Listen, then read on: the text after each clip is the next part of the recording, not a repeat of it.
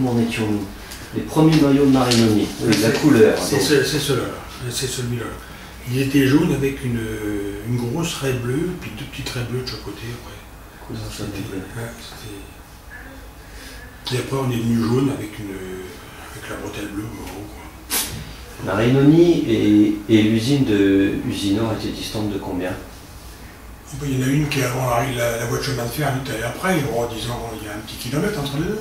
Vous connaissiez par cœur les joueurs de l'une et l'autre équipe? Est-ce qu'à part les finales de coupe, vous vous rencontriez en amical en début de saison? Oui, ça nous arrivait de faire des matchs amicaux, oui. Et en championnat, vous n'étiez pas souvent dans les mêmes poules? On n'était pas dans la même poule. Ils étaient en dessous? Non, ils étaient en dessous, et quand on était ensemble, on ne s'est pas trouvé dans la même poule. D'accord. Parce qu'on oui, on se dit aujourd'hui, quand on y repense, deux entreprises de la même ville, ça a dû créer des... Puis la presse à l'époque, elle montait un petit peu ça en épingle peut-être pour faire de l'émulation pour des finales de coupe, des choses comme ça. Non? Entre vous, ça se passait bien? Il y avait des accrochages, ça se passait pas religieusement bien, mais enfin bon... Vous avez des anecdotes à ce sujet-là, ou pas spécialement contre Usinor, mais des matchs de championnat, quand vous alliez sur Paris ou dans le Nord-Pas-de-Calais, l'accueil que vous receviez? On dit que l'accueil dans le Nord c'était légendaire, vous avez des souvenirs? Là j'en ai des souvenirs, des sacrés souvenirs. Quand vous montiez peut-être sur Boulogne, Dorigny. Ce que je peux dire déjà moi Montataire, c'est que l'hiver, quand on jouait sur notre terrain de l'usine, il fallait déblayer la neige avant de jouer. Oui, c'était en extérieur. Ça nous est arrivé une fois de déblayer la neige. D'aller à Saint-Quentin, de déblayer le marché couvert. Oui. Parce que le marché couvert, le responsable de Saint-Quentin ne l'avait pas fait. Et puis on est arrivé au marché couvert de Saint-Quentin parce qu'on jouait dans un marché couvert aussi. Et le marché couvert n'était pas déblayé. Donc il a fallu déblayer le marché couvert. Mais il est couvert. Comment il peut y avoir des choses à déblayer s'il est couvert ce marché? Non mais pareil, le marché couvert c'est des tables avec des tréteaux, des états. Il fallait enlever le matériel du marché. Le matériel du marché. Le match était vers quelle heure? Dimanche après-midi? Vers 15h. C'était un dimanche. Et le matin même, il y avait marché? Et non, il n'y avait pas de marché le matin, il n'y a même pas du tout de marché le dimanche. Le marché c'était occupé, quoi. Il a fallu déblayer le marché. Il n'y a pas de gardien de salle ou de service des sports de la ville? Je sais pas, mais ça nous est arrivé une fois. Donc vous aidiez l'équipe locale à tout nettoyer pour pouvoir démarrer le match? On a fait ça avec les gens de Saint-Quentin, l'équipe de Saint-Quentin, qui eux ont été surpris aussi de trouver leur marché couvert donc non déblayé. Il fallait être débrouillard à l'époque pour pouvoir faire son match. Qu'est-ce qu'on a eu? Alors on a eu aussi un truc, un truc qui était formidable, l'année qu'on a été champion de groupe en National 4, on allait jouer au SOM Boulogne. Vers quelle année ça? Je dois l'avoir dessus. SOM Boulogne.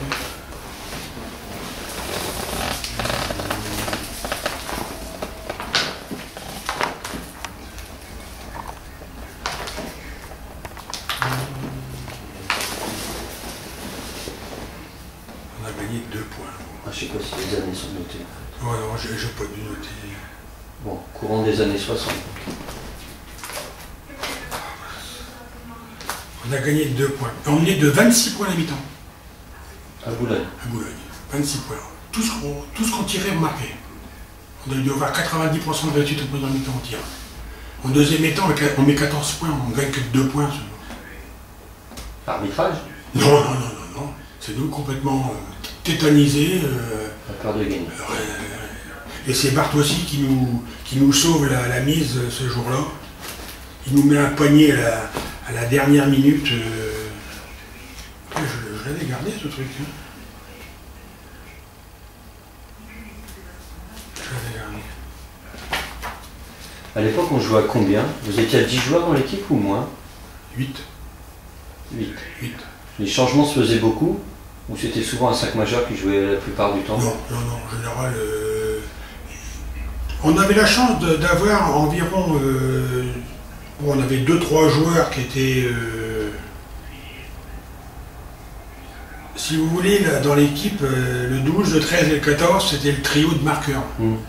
Lui, il a son aile gauche, la patte gauche, là, il marquait tout ce qu'il voulait. Aile gauche, vous dites. Un joueur était plutôt cantonné sur un côté bien. Il était gaucher. Donc les gauchers se mettaient à gauche. Sauf que c'est pas comme maintenant où, oui. où tu as les postes 1, les postes 3, les postes 4 qui disent. Oui, ça bouge beaucoup. Avant c'était bien ancré. Hein. Moi j'étais au centre, Jean était à droite, lui était à gauche, puis tu avais un arrière là, le deuxième arrière. C'était placé comme ça. On vous appelait comment? Le pivot? On utilisait déjà le terme pivot? Pivot, ouais. Et donc,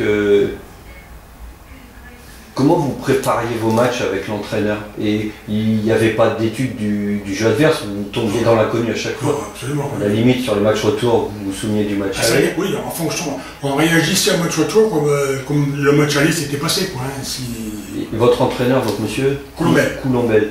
Ouais. Comment ça se passait à l'époque, la formation des entraîneurs? Comment il s'améliorait? Avec quoi il travaillait? C'était un ancien joueur. J'ai joué avec lui assez souvent. Et puis il a eu des problèmes physiques. Et puis donc il pouvait beaucoup moins jouer. Donc c'est lui qui a fait l'entraîneur. Mais il devient entraîneur un peu par défaut à cause d'une blessure. Oui, c'est ça. Ouais. Ça se passait aussi comme ça dans beaucoup d'autres clubs? Les entraîneurs étaient des anciens bons joueurs? Oui, je pense. Oui, à Marny, tant que je me souviens, c'était Hoyer qui dirigeait l'affaire. Qu'est-ce qu'il y avait encore?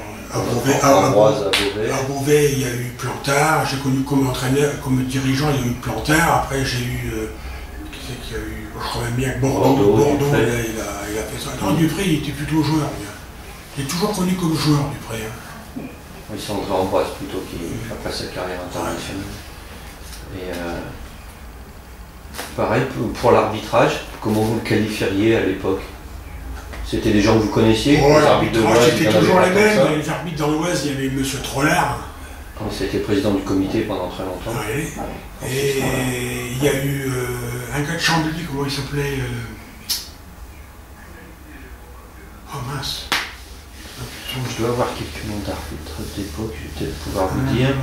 Il y avait dans les années 60, les finales Cotolennes. Il y avait Raymond Aventin. Aventin, voilà, c'est ça. Aventin, c'est lui. Voilà. Aventin. Alors Aventin. Il était président de la Ligue et du comité. Aventin, c'était un gars qui était marrant parce que quand il nous arbitrait, du moins quand il m'arbitrait, il me sifflait la faute avant que je la fasse. Il savait comment je jouais. J'avais deux, trois feintes de centre, hein, et il savait comment j'allais faire. Et il me sifflait la faute avant. Alors, arrivé à un moment, la faute, je ne l'ai pas fait. Je lui ai dit, mais il me dit, je croyais que tu allais la faire. C'est un peu l'arbitrage au feeling. Hein. Ouais, on a eu des coups fumants avec lui. Hein. Il y avait qui d'autre? Il y avait des... Alors, Kolesnikov. Paul Kolesnikov. Kolesnikov, voilà. À l'Usinor, était arbitre, on les a arbitrés plusieurs fois. C'est un gars d'Usinor. D'Usinor, oui. Et alors, qui j'ai d'autres? Un Lizard, c'est une famille bien connue, ça, basket à Beauvais et à Équenois. Un père Lizard. Ah, Lizard, oui, à Équenois, oui. Oui. Et puis Grison, Grosso. Ah, il y avait Grison à Saint-Médard. Faglin. Grison, c'est un gars de Saint-Médard, ça. Et puis un peu plus ancien encore, un certain Lannoy qui a sifflé pas mal de finales. Lannoy. Et Ringot aussi. Mais alors Ringot, il a été journaliste aussi. Et c'est lui qui écrivait des articles qui les envoyait à la Fédération de basket de l'Oise. Ça me dit rien, ça. Et donc vous jouiez régulièrement aussi en championnat de Paris, avant d'être en national. Que les équipes de l'Oise étaient rattachées au comité parisien. Aux alentours des années 63, puisque j'étais à l'armée en 63, donc quand je suis rentré en 64, ils jouaient le championnat de Paris. Alors, tous les week-ends, c'était là. C'était Paris. On jouait souvent le soir. Le samedi soir. C'était samedi soir, souvent, la région parisienne. Donc vous... très concrètement, ça s'organisait comment un déplacement? En car. En rendez-vous tous ensemble ici à 17h? C'était en car, c'était ou rendez-vous à l'usine au départ du car pour les gens qui habitaient Montataire par exemple et tout ça. Et les autres, ils savaient où on habitait. Nous, Boutillier et moi, on habitait nos gens. Donc le car nous prenait nos gens et puis on filait en car. Tous nos déplacements, c'était en car. Joueurs et quelques supporters qui étaient dans le car avec vous, des familles qui suivaient. Il y avait un car, mes parents sont souvent venus assez souvent, ma femme est venue aussi. L'usine prenait en charge tous les frais, l'équipe, c'est le sponsor de l'époque. Voilà, c'était le comité d'entreprise de l'usine qui subventionnait. Il n'y avait pas de recherche de sponsors supplémentaires, de partenaires extérieurs à l'usine. C'était l'usine qui... C'est quelque chose qui se perd aujourd'hui, malheureusement, mais ces équipes d'usine, il y en avait vraiment dans beaucoup de villes. Ah oui, les filles de Château-Thierry ont été 3 fois de suite champions de France comme ça, avec l'apport de l'usine Belin à l'époque, qui a été le grand mécène. À Saint-Quentin, il y a eu Motobécane qui a fait... Motobécane a eu une belle équipe, Bécane. Et à vous tout début, avant quand vous étiez jeune collégien, lycéen, le basket à l'époque, c'était... donc vous êtes arrivé en club à vos 18 ans, vous disiez. Moi, et jeune, vous alliez voir des matchs donc de Villers-Rieux à Nogent? Ah oui, j'allais au marché couvert qui était à côté chez mes parents, là. Donc j'allais dimanche, j'allais voir les matchs des filles ou des garçons, quoi. Vous avez des souvenirs de cette époque? Comment ça se passait le basket à cette époque-là? Est-ce qu'il y a des choses un peu rudimentaires, distinctives? Non. Du haut de mes 10 ans, à ce moment-là, j'ai pas beaucoup de... Je faisais le ramasseur de balles à droite à gauche pour aller chercher les ballons qui se perdaient un peu dans le marché couvert, quoi. Mais disons que... Ça pouvait se perdre loin, les ballons? Non, ça se perdait dans les tréteaux qui étaient un peu derrière, quoi, c'est tout. Donc cette histoire de tréteaux, là, de vestiaire, racontez-nous un petit peu. La salle du marché couvert à Nogent, il n'y avait pas de vestiaire. Non, c'était un marché. C'était pas construit pour être une salle de sport. Ah non, ça n'en était pas une. Le basket était toléré dans cet espace. Oui, parce qu'il y avait, au départ, c'était un marché couvert, et le jour où on a voulu s'en servir, quand on n'avait plus accès à notre terrain dehors, aux questions réglementaires, on a demandé à nos gens de venir jouer là, et ils nous ont tracé un terrain de basket dans le marché couvert. Donc la ville de Nogent a accepté. Les paniers venaient de chez vous? Vous avez transporté les... Non, ça a été monté. Les paniers de la ville. Ça a été monté par la ville, quoi, comme ça. Et ils sont remisés à chaque fois dans un côté de la salle quand il n'y a pas de match. Non, on fait marcher. C'est les machins qui se remontaient. Ah d'accord, oui, ils venaient du plafond. Qui se remontaient comme ça. Avec le système. Et alors dans ce marché couvert-là, donc il y avait un responsable de la ville de Nogent là, qui venait déblayer tous les tables et les tréteaux qui étaient sur l'emplacement du terrain de basket. Et les vestiaires dans le fond, on mettait les planches sur les tréteaux, c'était des planches de bois qui faisaient 1 mètre sur 2 mètres. On les mettait debout comme ça les unes contre les autres, puis ça faisait un vestiaire, on se déshabillait comme ça. Comme un paravent. Voilà, exactement. Il y avait des paravents. Il y avait des douches? Non, le robinet qui était le long là. Donc après le match, voilà, petites ablutions rudimentaires. C'est ça. Et le jour où je vous ai dit l'hiver, on a reçu en championnat de France le CLT Orléans. Et les gens sont arrivés et ils se sont aperçus que les gens de Montataire, ils ont vu que l'eau était gelée, il n'y avait pas d'eau, autre chose. Alors la décision a été prise de venir tous chez les parents. On habitait à 50 mètres du marché couvert. Et toute l'équipe d'Orléans est venue se déshabiller chez les parents. Alors il y en avait dans les chambres en haut, il y en avait dans la salle à manger en bas, il y avait les femmes des joueurs qui étaient venues là. Mes parents avaient fait du café, avaient fait des machins comme ça. Ma mère avait fait des gâteaux, un truc en vitesse. Ah, parce que c'est une sacrée route pour eux d'arriver d'Orléans. Ouais. Et après, ce qui a été marrant, on les avait battus chez eux, et en boîte de château, on les a battus chez nous. Et en boîte de château, en revenant, ma mère, c'était bien ma mère ça, elle avait sorti une lessiveuse, elle avait mis de l'eau chaude, elle avait fait chauffer de l'eau. Les gens ils se sont nettoyés dans la cour de chez mes parents, ils ont pris une douche, ils se sont lavés comme ça.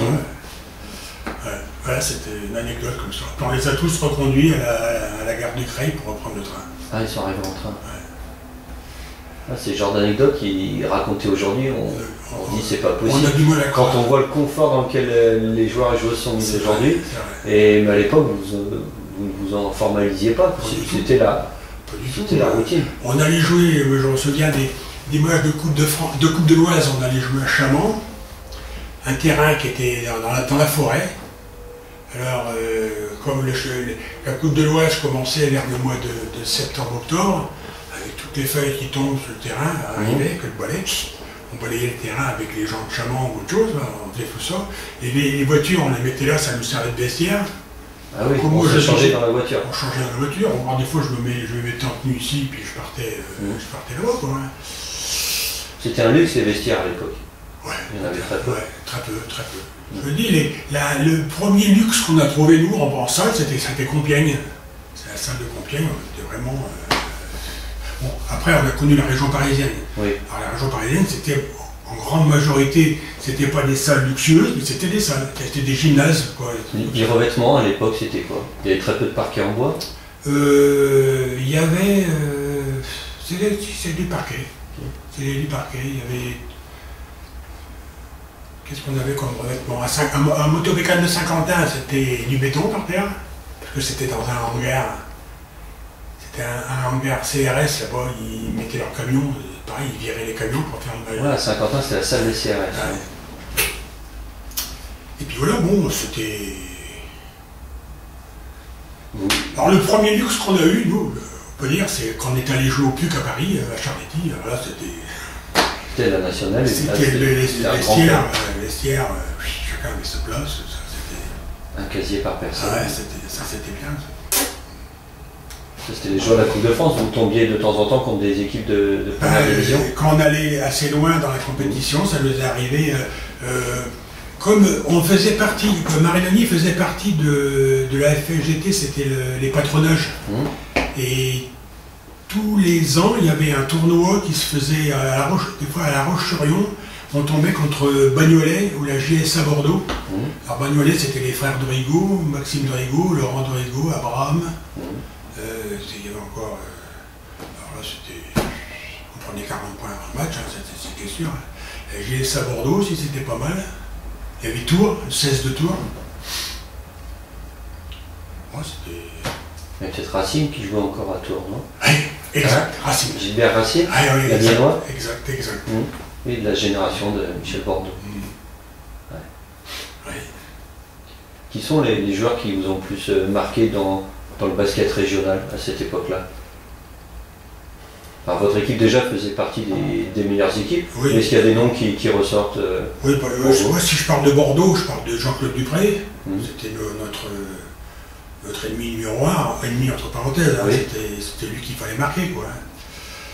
Après, bon, qu'est-ce qu'on a eu au COB, quand il y avait le COB qui a eu son équipe, là, il y a eu qu'un bordel qui a fait partie du COB. Il y a eu... Et sur Saint-Quentin, dans l'Aisne? Non. Dans les années 60, c'était assez... J'ai pas de nom.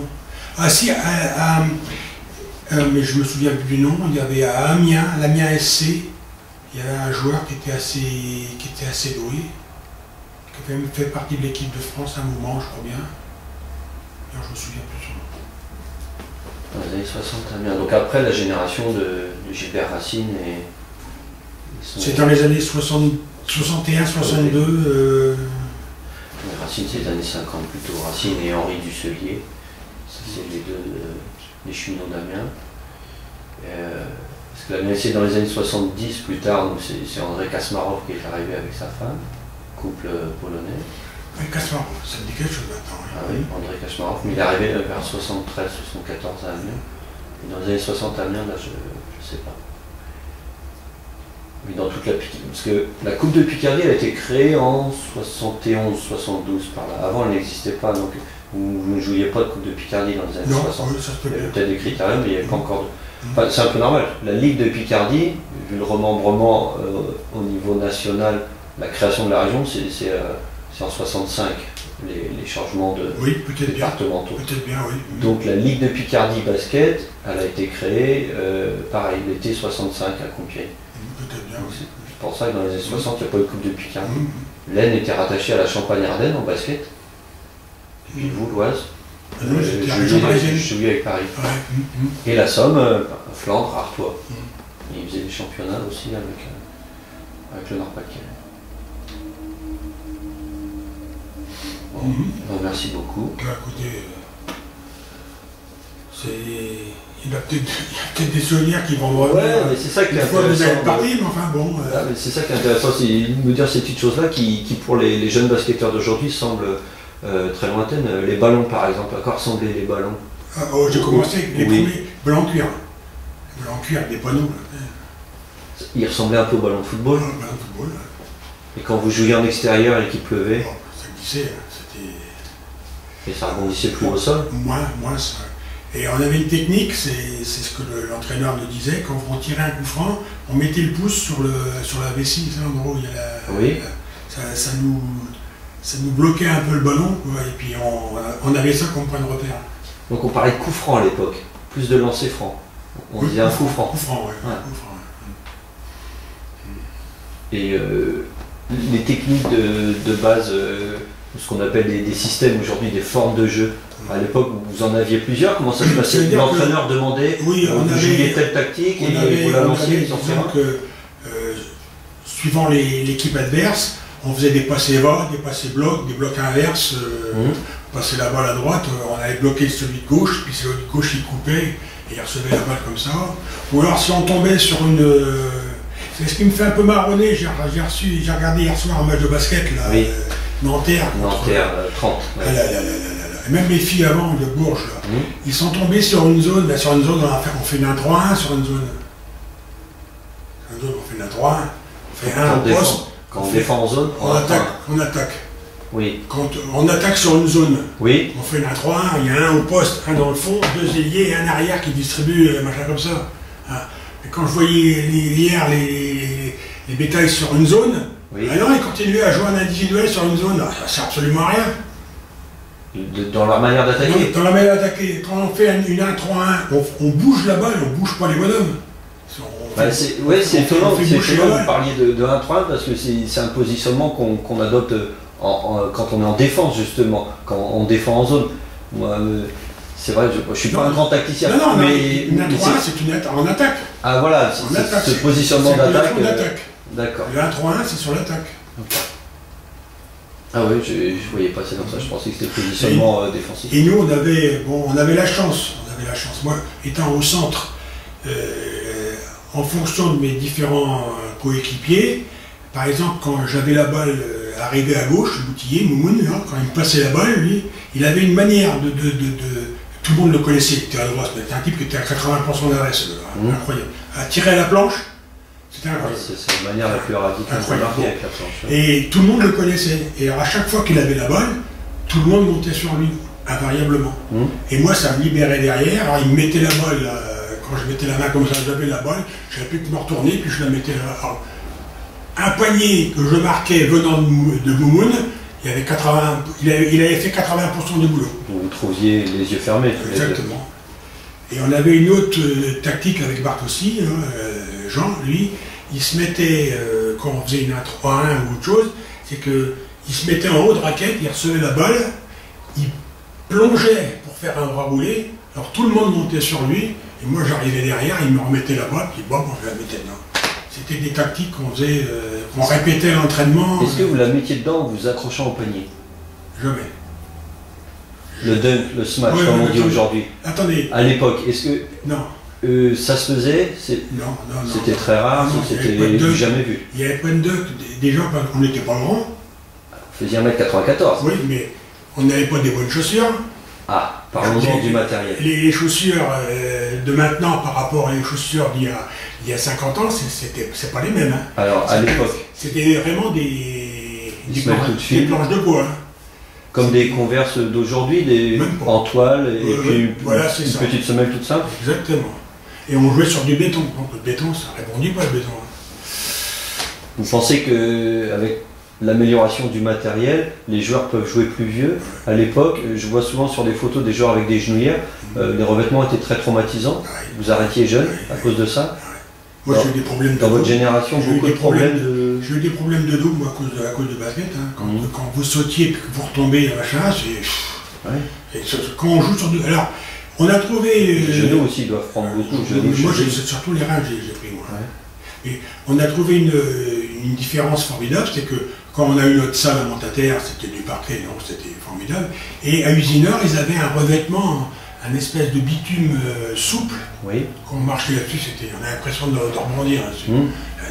Avec les nouvelles godasses, je laisse matcher la balle dans le cercle, ce que je faisais pas avant. Parce que dans les années 60, des joueurs avaient des qualités athlétiques pour le faire, mais c'était pas un geste qui était recherché, on n'en voyait pas l'utilité. Certains avaient la détente pour le faire, certainement. Oui, mais dans les années 60, je vous dis, dans les championnats qu'on rencontrait, des centres d'1m90, c'était pas une majorité. Parce que maintenant, c'est l'arrière qui fait 1m90. Hein. Il faut plus de mecs les détails. Hein. Puis il y a l'amélioration du matériel aussi. Les cercles d'aujourd'hui sont en réflexe, on peut les redescendre, ils sont à vérin. À l'époque, ils étaient. Ah bah non, c'était fixe. Hein. Très fixe. On pouvait pas s'approcher. Hein. Donc les pourcentages de réussite, c'était autre chose. Et peut-être on shootait beaucoup plus avec la planche à l'époque. À 45 degrés avec la planche. C'était très recherché. Le bétail moumoun, là, sur 10 tirs, on mettait 8 à la planche. Hein. C'est ça, c'était. Et en championnat de France, comment était l'ambiance? Vous étiez très suivi? Il y avait beaucoup de supporters pour venir vous voir? Non. À domicile? Non. Ah oui, à domicile, oui. Oui. C'était des gens de l'usine. Ouais. C'était des gens de l'usine. Hein. Combien il y avait de travailleurs à l'époque dans cette usine? On était 5 ou 600. Ouais.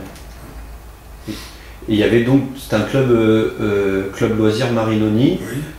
C'était un club multisport. Il n'y avait pas que la section basket. À l'origine, c'était un multisport. Il y avait du tennis, il y avait du ping-pong, je ne sais plus ce qu'il y avait encore. Il y avait tennis, ping-pong. Donc les gens venaient supporter toutes les sections du club le week-end. C'est ça, oui. Et le président du club, c'était le directeur de l'usine. Et les autres trésoriers, tout ça, c'était des gens de l'usine aussi qui s'occupaient de là. C'était une famille. Quoi. Et au niveau des officiels de table de marque, ça s'organisait un peu comme aujourd'hui? C'était quelqu'un du club qui tenait la feuille, quelqu'un du club qui faisait le score? Voilà, il y avait un responsable. Quand vous arriviez sur le site du match, chaque équipe présentait un officiel pour faire rédiger la feuille de marque. Il y en a un qui tenait la feuille de marque et l'autre qui tenait le chronomètre. Je pense que ça se passait comme ça. Aujourd'hui, c'est vrai que c'est des officiels désignés, donc ils sont plus du club, ils viennent comme un arbitre, ils sont indemnisés pour venir sur les matchs. Mais donc à l'époque, par souci d'équité, une personne de chaque club tenait la table. Un marqueur, un chronométreur. Je crois qu'ils tiraient au sort pour savoir qui prenait la marque ou machin comme ça. Et puis voilà, ça se passait comme ça. Parce que toutes les salles dans les années 60 étaient déjà équipées de. S'il y avait un chronométreur à la table, il y avait un système. Ah non. Il y avait un gamin qui. C'était le bon chrono qui était là. Donc en cours de match, vous ne saviez pas combien de temps il restait exactement? Ah non. Le chronométreur criait le temps qui restait? Non, même pas. Comment vous faisiez pour savoir combien de temps? À chaque temps mort, on réclamait le temps et puis. Là, les horloges sont venues beaucoup plus tard, les horloges. Hein, Ça a simplifié les fins de match, ça, quand même, les horloges. Et puis, il y a eu ça aussi. Et puis, comment dirais-je, il n'y avait pas à ce temps-là les 24 secondes pour tirer au panier. Hein. Ouais, les 30 secondes auparavant. 30 secondes, ouais. Donc, des fois, vous geliez la balle et les scores étaient très petits? Oui, non. C'était pas notre. Parce que l'arbitre n'avait pas de pouvoir de dire qu'une action était trop longue. Non. Il fallait attendre une faute. Certaines équipes jouaient à ça? La passe à 10 pour. Non, je n'ai pas connu ce genre de truc. C'était. Ça, c'était il y a très longtemps, dans les années. Il n'y avait même pas le retour en zone à ce moment-là. Hein. Donc on jouait. Non, c'était des. Ça jouait franc, c'était. Vous aviez combien d'entraînements par semaine? Vous allez rigoler. Un ou deux? Aucun? On en avait 7 par semaine. 7? Tous les soirs basket? Non, je plaisante. Tous les midis, on travaillait à l'usine, on mangeait à la cantine, on se dépêchait de manger à la cantine et on quittait donc à midi. À midi 20, midi 25, on avait fini de manger, on reprenait le boulot à 1h30, donc de midi et demi à 1h30, on s'entraînait sur le terrain de basket dehors. Tous les jours, on s'entraînait au coup franc. Il y avait une journée, un traîneur, hop, coup franc. On ne se tapait que des coups francs. Que des coups francs. Que des coups francs. C'était ça un peu notre réussite. Et des entraînements comme on les appelle, on en avait 2, mardi et vendredi. Plus des séances donc d'adresse tous les midis. Tous les midis. Alors, des fois, on faisait séance de coups francs, on se tapait, en 1 heure de temps, on se tapait 30, 40, 50 coups francs. Même plus. Non, parce qu'on était plusieurs, donc il fallait. Et après, des fois, on se faisait du 3 contre 3. Ah oui, quand même, c'était pas que des petits francs. Non, mais il y a des jours, on faisait que des coups francs. Un truc mémorable aussi, c'est que on mettait le ballon sur la ligne des coups francs, on tournait autour du cercle, 2-3 fois comme ça, et on raptait pour tirer le coup Pour franc. avoir de la fatigue. Pour la fatigue, et puis la tête tournait un peu pour Ouais. voir le machin. Ça, C'est pas mal, ça.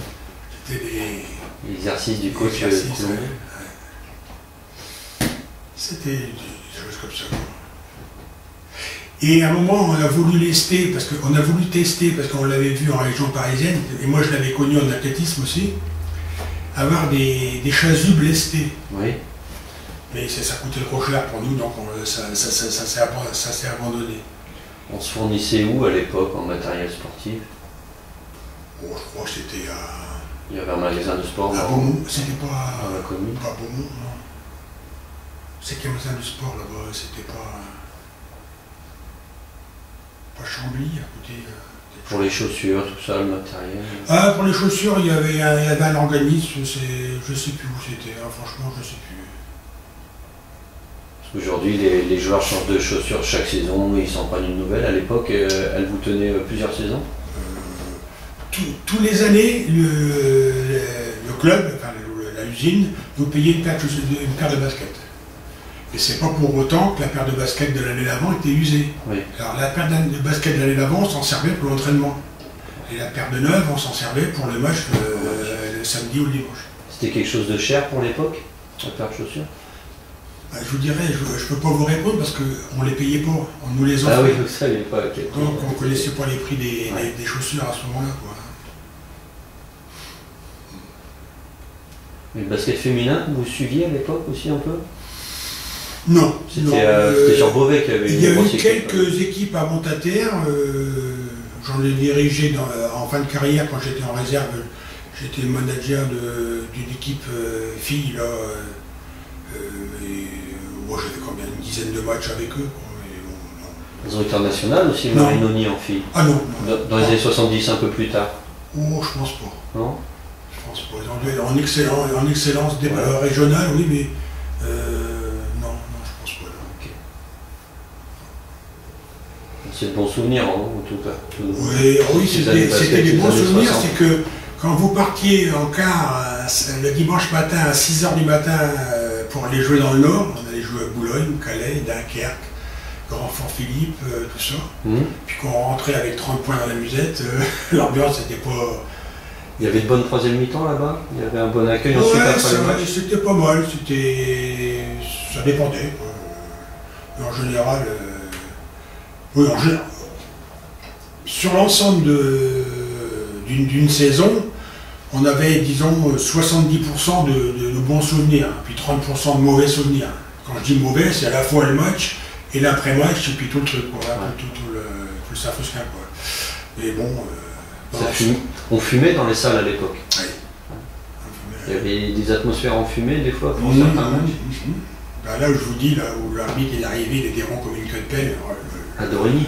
Ouais. Ça sentait la frite et la friterie et puis la bière. Genre, les gens, ils étaient... On sont chauvins, ces gens du Nord. Ouais, voilà, ouais. Nous, on était des Parisiens. Ah, pour eux, on est vu comme des Parisiens, bien sûr. Mais ça perdure. Il y a toujours une belle ambiance autour des salles dans le Nord-Pas-de-Calais. Ah, mais c'est encore aujourd'hui une bonne ambiance. Hein, ça fait de bons souvenirs. À Saint-Quentin, moi, je suis allé voir un match à Saint-Quentin, la nouvelle salle de Saint-Quentin. Oui. Il y a la fanfare, il y a tout ça. Ça, c'est bon, ça. Moi, je trouve ça, c'est simple comme ambiance. Et à l'époque, comment on se comportait avec l'arbitre sur le terrain? Ça gueulait, il y avait des forts caractères sur le terrain? Les arbitres arrivaient-ils à se faire respecter? Disons que c'était... Enfin, l'arbitre, il était tout seul. Oui, les arbitres, c'était toujours les mêmes qu'on avait. Sur une saison, l'arbitre nous arbitrait 3-4 fois sur un match.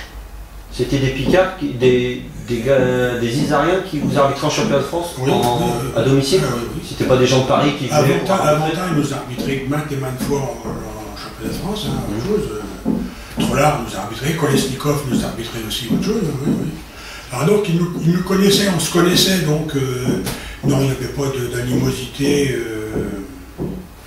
Moi, j'ai eu, je vais vous raconter un fait d'armes qui me concerne. J'ai eu une faute disqualifiante dans ma carrière au départ, mais une faute disqualifiante sévère.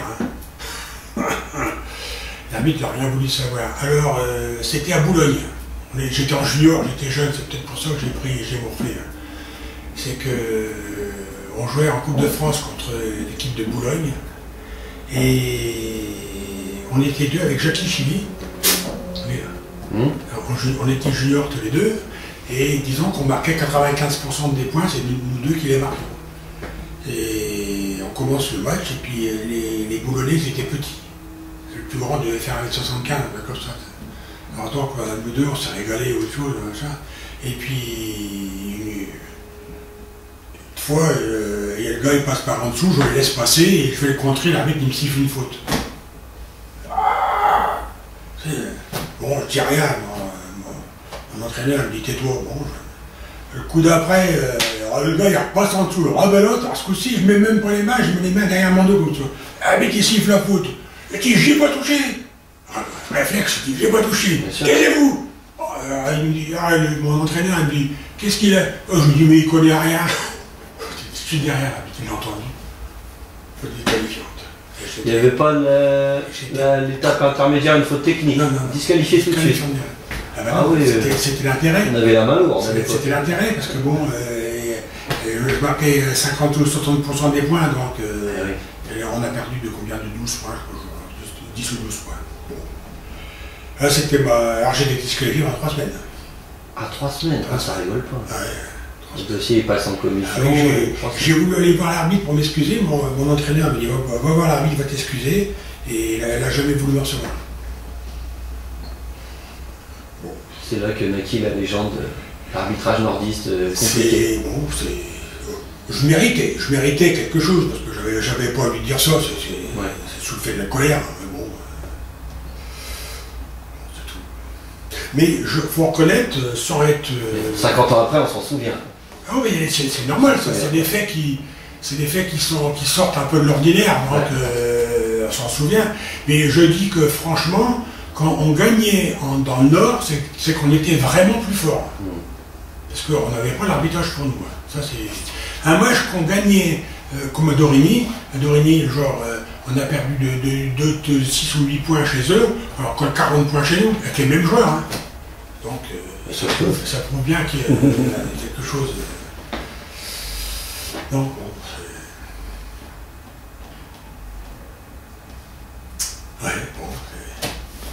bon, bon. c'est des trucs. Je vous remercie beaucoup. Ouais, mais non, ça fait un plaisir.